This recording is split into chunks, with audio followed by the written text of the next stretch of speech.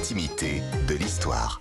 Aujourd'hui, Clémentine, vous nous racontez le destin de Henry Edgeworth de Firmont, le prêtre irlandais qui accompagna Louis XVI jusqu'à l'échafaud. Un Irlandais. Ben oui, qu'est-ce qu'il faisait là, celui-là, Ben oui. hein? Il était né en Irlande, tout à fait, 1745, mais il a passé le plus clair de sa jeunesse à Toulouse, parce qu'à l'époque, à Toulouse, il y avait une petite communauté irlandaise. Et pourquoi sa famille avait-elle quitté l'Irlande? Parce que son père s'était converti au catholicisme, et à l'époque, être catholique en Irlande, cela entraînait toutes sortes de brimades et d'interdictions d'un grand nombre de professions. Donc toute la famille est partie à Toulouse. Henri devient prêtre et au passage, comme il en a un petit peu marre d'entendre les Français écorcher son nom, il va le franciser parce qu'il s'appelait Henry Edgeworth, certes, mais Edgeworth of Ferrymount, c'est-à-dire la colline aux fées. C'était le nom d'une terre qui appartenait à sa famille en Irlande. Donc plutôt que d'entendre écorcher Ferrymount, il le transforme en Firmont. C'est pourquoi quand vous entendez son nom complet, l'abbé Henry Edgeworth de Firmont, vous vous dites, ce gars-là était français. Eh bien non, pas du tout. Et il devient le prêtre attitré d'un petit cercle d'Anglais et d'Irlandais qui vivent à Paris. Survient la Révolution française. Les ecclésiastiques commencent à faire l'objet de brimades. Stéphane, vous en parliez tout à l'heure. Il y a la constitution civile du clergé. On demande aux prêtres de prêter serment sur cette constitution civile et certains sont réfractaires, refusent de le faire.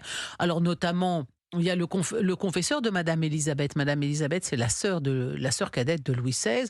Lui, il sent que ça commence à sentir le roussi, tout ça, donc il juge plus prudent d'émigrer. Donc, Madame Élisabeth n'a plus de confesseur. Alors, on propose à Edgeworth de remplacer ce confesseur.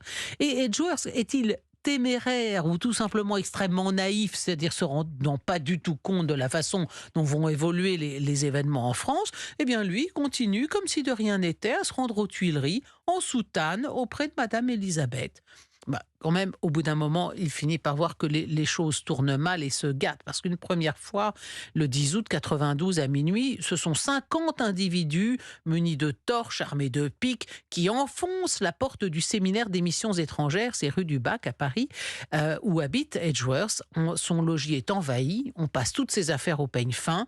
Heureusement, il a pu in extremis dissimuler quelques lettres compromettantes et en brûler d'autres. Mais le 2 septembre suivant, on n'en est plus seulement à fouiller les affaires des prêtres. On les massacre à la prison des Carmes. On les fait sortir.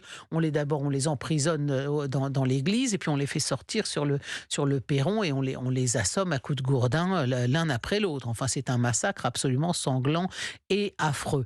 Et Edgeworth peut numéroter ses abattis parce que les journaux révolutionnaires du moment le présentent comme un proche de la famille royale. Sa vie est vraiment en danger. D'autant qu'en fuyant la capitale, l'archevêque de Paris l'a investi de tous ses pouvoirs. Alors lui aussi, il est parti, puis il a dit à Edgeworth, ok, vous prenez ma place. Bon, très bien. Et au même moment, sachant certaine sa condamnation à mort, Louis XVI demande à son avocat, Guillaume de Malherbe, d'aller chercher ce fameux Edgeworth dont sa sœur lui a parlé.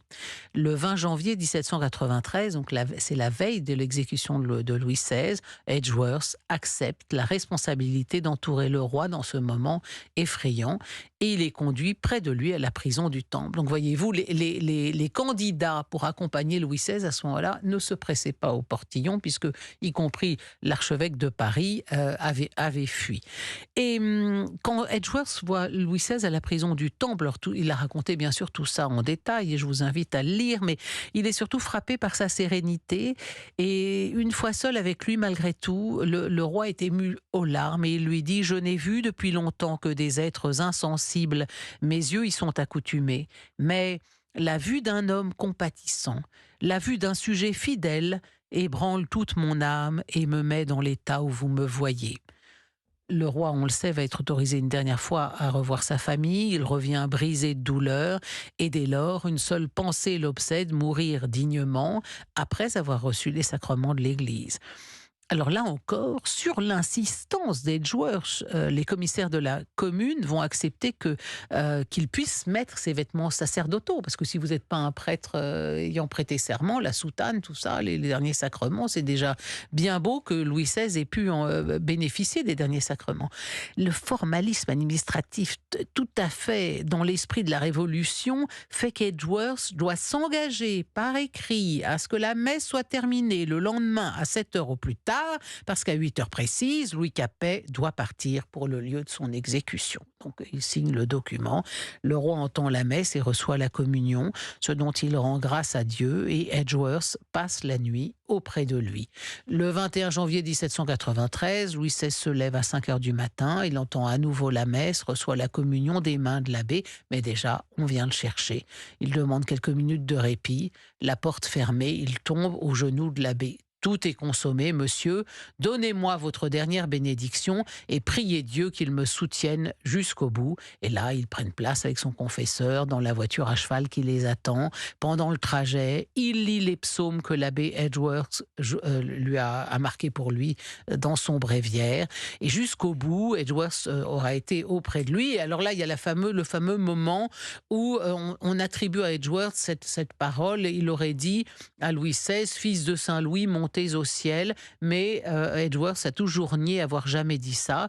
Lui, il va s'en tirer, et dans les 18 mois qui suivent, il va être obligé de se cacher, naturellement, parce qu'en France, il était resté par loyauté envers Madame Élisabeth. Quand il apprend qu'elle aussi est exécutée, il s'embarque pour l'Angleterre. Et cet homme-là, on lui a tout proposé, des pensions, des honneurs, la présidence du nouveau séminaire catholique d'Irlande.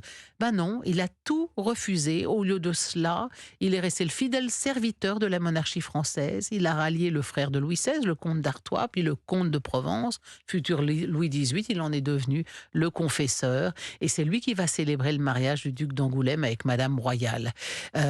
Il est mort, Edgeworth. Il a soigné des prisonniers français. Il a contracté une mauvaise fièvre et il rend l'âme le 22 mai 1807 à l'âge de 62 ans.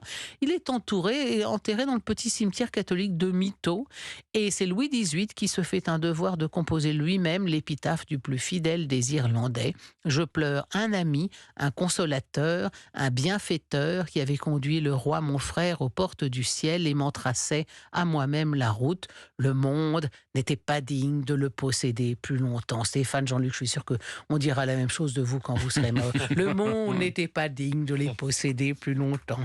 Oh là là, oui, c'est une façon de vous dire, allez, il était temps de partir aussi jeune. Merci Clémentine, à demain. Ah ben non, il y a le quiz. Je vois que vous êtes pressé, vous aussi, de vous débarrasser de moi. Bravo. Merci beaucoup Clémentine.